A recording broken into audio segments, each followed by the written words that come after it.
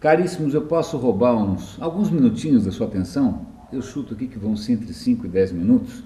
Eu sei que sua atenção é preciosa, que ela é disputada por tantas outras coisas. Aliás, a minha atenção quase que foi para as cucuias alguns minutos atrás, porque eu tinha almoçado tranquilamente, eu tinha deixado o celular de lado. Enquanto eu estava almoçando ali com calma, me vieram algumas ideias na cabeça. Aí eu voltei andando, mas aí eu fui interrompido por alguém que precisava de alguma coisa de mim e que enquanto ela estava pedindo, tocou o celular, ela começou a atender o celular ao mesmo tempo, me deixou esperando, e começou a me dar as instruções enquanto falava no celular e depois saiu sozinha andando, falando e eu tive que correr atrás. Bom, apesar dessa cena de multitasking ou de multi qualquer coisa que você chamar aí, que na verdade acho que para mim é outro nome para falta de consideração, eu consegui manter acho que o fio da meada e a questão é a seguinte. Eu talvez até pudesse resumir isso mais rapidamente, mas eu quero tomar um pouquinho mais de tempo, porque justamente a pauta aqui é tempo. Eu trabalhei, antes de trabalhar com internet, em televisão. E eu lembro que uma das preocupações maiores era o tal do Ibope. Né? Então, isso era, sei lá, final da década de 80, começo da década de 90, começo da década de 90, 90 e poucos. Então na emissora, se você visse qualquer televisor, não era nem monitor na época, televisor, se você colocasse no canal X, que acho que era o canal 12, aparecia a tela do Ibope. A tela do Ibope era uma tela preta de DOS mesmo, uma tabelona, que mostrava minuto a minuto a audiência do nosso canal e de todos os outros concorrentes. Né? Então, como era um jornal ao vivo, então você tinha uma dinâmica muito maluca de perceber se o Ibope estava subindo, né, o que você continuava fazendo para o Ibope continuar subindo, e caso o Ibope estivesse caindo, para onde estava indo esse Ibope, o que o concorrente estava fazendo, o que a gente pode fazer. Bom, era intenso, era uma neurose, mas depois com o tempo eu comecei a perceber que essa corrida minuto a minuto atrás do Ibope trazia algumas distorções malucas. Por exemplo, a gente fazia um telejornal, e por coincidência uma das emissoras concorrentes colocou no começo, pau a pau com o começo do nosso jornal, um programa infantil, acho que era Tintim. E aí a audiência do jornal caiu, não sei se era por causa do raio do Tintim ou não, mas aí a conclusão era que, bom, já que então vamos ganhar a audiência infantil, vamos fazer matérias no começo do jornal sobre bichinhos e coisas diversas e tal. E que era um pouco patético, mas é o que acaba acontecendo quando o que você tem é alguma coisa tão opaca e tão acelerada quanto um Ibope minuto a minuto. Né? Você nem sabe muito bem atrás do que você está correndo. Por que eu estou contando essa história? Hoje de manhã eu estava lendo, não sei se vocês conhecem uma marca chamada Dyson. A Dyson é uma marca que faz aspiradores. Eles têm uns aspiradores revolucionários que funcionam na base de turbilhonamento. Cara, é super legal. E eu já descobri, aliás, isso daqui é um produto Dyson, isso daqui é um ventilador, ó, posso colocar a cabeça dentro porque é um ventilador que não tem hélice, não tem pás, né? Os caras são bons, isso é um Dyson. E eu fiquei sabendo que o cara desenvolveu o aspirador Dyson depois de 5.127 protótipos. Ok? Ok. Uma história parecida, eu conheci uma vez o pessoal do Angry Birds e eles contaram que o Angry Birds era o 51º, ou qualquer coisa parecida, jogo que eles faziam, os outros 50 e tantos tinham dado errado. Por que eu estou contando essas histórias?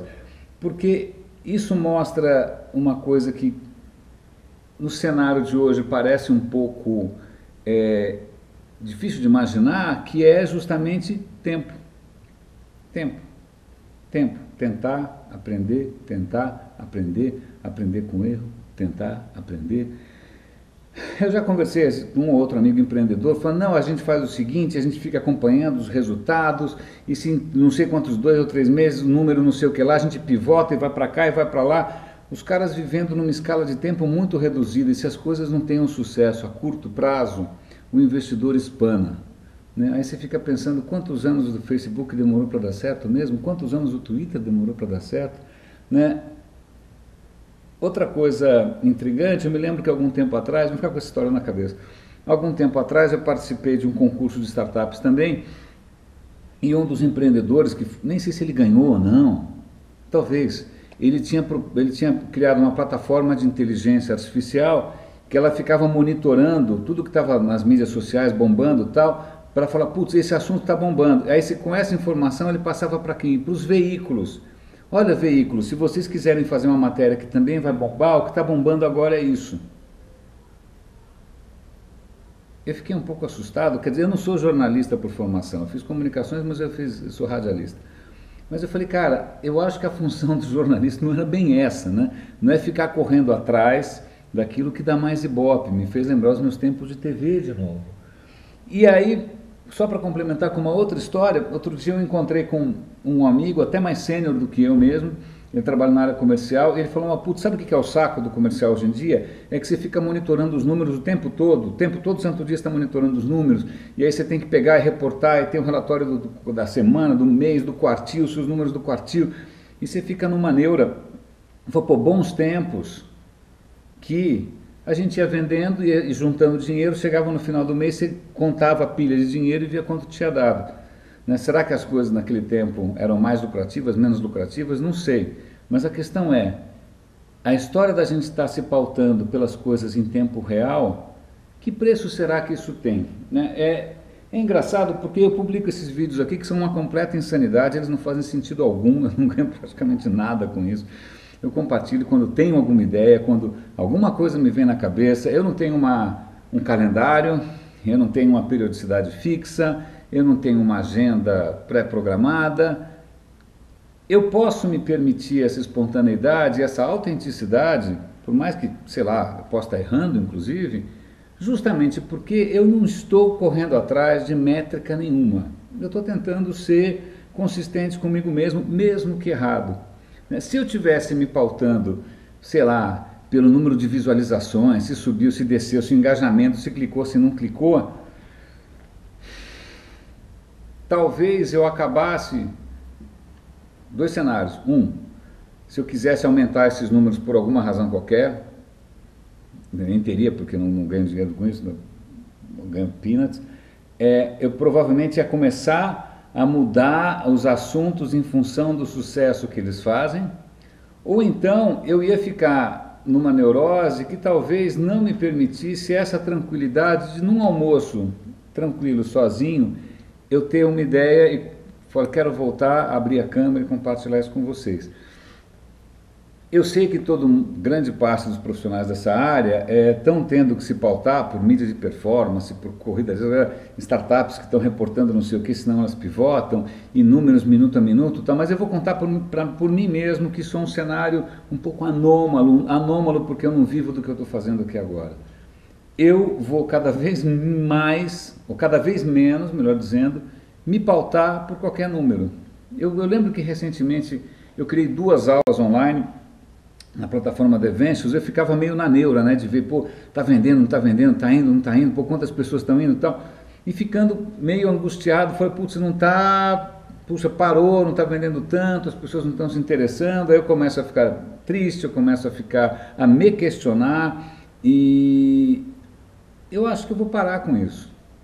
Não sei para quem que vai servir um conselho ou uma reflexão dessas, mas a questão é, será que, pense em qualquer pessoa que você goste, qualquer escritor, poeta, músico, designer, se esse cara tivesse checando o Google Analytics todo santo dia, se esse cara tivesse indo atrás de likes todo santo dia, será que você teria as coisas que foram importantes para você? Nem vou citar aqui o caso dos Van Goghs da vida que morreram sem vender nenhum quadro, né? O cara é póstumo. Né? Nem vou citar caso desse, porque é lógico, eu não estou nessa categoria. Mas eu fico pensando se essa era nossa, que propicia esses resultados em tempo real, né? Que praticamente tira o limite da aceleração, você pode viver tão acelerado quanto você quiser, você poderia, ao invés de almoçar tranquilo como eu, comer um lanche rápido, checando as telinhas e vendo as coisas que piscam, você, né? Pode acelerar o quanto você quiser até pirar, até morrer. Se isso é realmente progresso. E aí eu coloco um outro ponto curioso, que é até que ponto o que a gente está vendo, a evolução de algumas coisas, você pode chamar de progresso. Porque vamos imaginar, o que eu estou fazendo aqui é do ponto de vista do cenário atual de mídias digitais é um tiro no pé, porque é um conteúdo reflexivo, longo, não é sensacional, ninguém vai ter tempo para isso. É por isso que eu tenho chances mínimas de ser compartilhado, né? Porque as plataformas de hoje favorecem a multiplicação de conteúdos curtos, impactantes e sensacionais, e que o cara, né? Então, de uma certa maneira, é uma seleção natural. As plataformas de hoje estão criando uma seleção natural em cima do que é imediato. E aí os conteúdos se adaptam. A questão é, essa seleção natural é progresso? A gente tem que ter algum critério para progresso. O que é progresso? É o progresso material? É o progresso humano? É o progresso espiritual? É o progresso social? Eu não sei, né? Eu tenho aqui na minha cabeça algumas definições do que eu considero progresso. E eu estou achando cada vez mais que essa história de você ficar se pautando minuto a minuto com o telefone, isso não é progresso. É a seleção natural, mas talvez a seleção natural da burrice ou do embrutecimento. Mas isso é uma opinião pessoal minha. Mas fica aqui essa reflexão com vocês, se vocês vão continuar se pautando pelo minuto a minuto. Agora imagina o seguinte, seu namoro.